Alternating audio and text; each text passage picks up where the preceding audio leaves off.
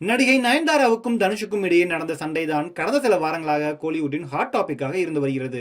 நயன்தாராவின் வாழ்க்கை வரலாறு ஆவணப்படத்தில் நானும் ரவுடிதான் பட ஃபுட்டேஜை பயன்படுத்த தனுஷ் என்ஓசி கொடுக்க மறுத்துவிட்டார். ஆனால் அதன் ட்ரெய்லரிலும் ஆவணப்படத்திலும் அந்த ஃபுட்டேஜ்களை பயன்படுத்தியிருந்தார்கள். இந்த சூழலில் நயன்தாராவுக்கும் நெட்ஃபிளிக்ஸுக்கும் புதிய சிக்கல் இருந்திருந்தது. லேடி சூப்பர் ஸ்டார் என்று ரசிகர்களால் அழைக்கப்படும் நயன்தாரா இயக்குனர் விக்னேஷ் சிவன் இயக்கத்தில் நானும் ரவுடிதான் படத்தில் நடித்தார். அந்த படத்தை தனுஷ் தயாரித்திருந்தார். படம் மெகா ஹிட்டான சூழலில் அந்த படத்தின் ஷூட்டிங்கின் போதுதான் நயன்தாராவுக்கும் விக்னேஷ் சிவனுக்கும் இடையே காதல் மலர்ந்தது. பிறகு லிவிங் ரிலேஷன்ஷிப்பில் சில வருடங்கள் இருந்த அவர்கள் 2 வருடங்களுக்கு முன்பு சென்னை மகாபலிபுரத்தில் திருமணம் செய்து கொண்டார்கள். பிறகு வாடகை தாய் மூலம் 2 ஆண் குழந்தைகளை பெற்றுக்கொண்டனர். உயிர் உலகு என அவர்களுக்கு பெயர் வைக்கப்பட்டிருந்தது.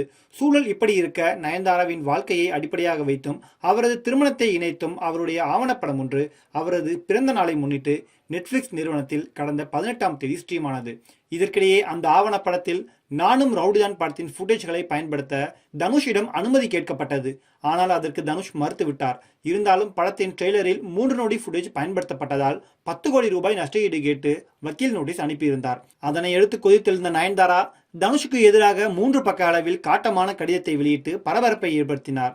இருபுறம் இருக்க இந்த பஞ்சாயத்து ஓயம் என்று பார்த்தால் அந்த ஆவணப்படத்தில் இன்னொரு அதிர்ச்சி காத்திருந்தது. அதாவது 3 நொடிகள் கூட 4 நொடிதான் ஃபுட்டேஜை பயன்படுத்த தனுஷ் எதிர்ப்பு தெரிவித்திருந்தார். ஆனால் அந்த டாக்குமெண்ட்ரியில் கிட்டத்தட்ட 37 வினாடிகள் வரை ஃபுட்டேஜ் பயன்படுத்தப்பட்டிருந்தது.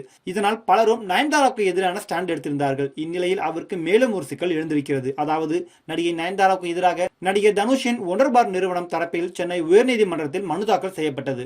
அந்த மனுவில் மும்பையைச் சேர்ந்த நெட்ஃபிளிக்ஸ் நிறுவனத்துக்கு எதிராக வழக்கு தொடர அனுமதி கோரப்பட்டது. இந்த மனுவை விசாரித்த நீதிபதி அப்துல் குதூஸ் எதிர் மனுதாரர்களாக சேர்க்கப்பட்டுள்ள நயன்தாரா மற்றும் விக்னேஷ் சிவன் ஆகியோர் சென்னையில் வசிப்பதாக கூறி இந்த மனுவை வழக்காக தாக்கல் செய்ய ஒண்டர்பார் நிறுவனத்துக்கு அனுமதி அளித்து உத்தரவிட்டுள்ளார்.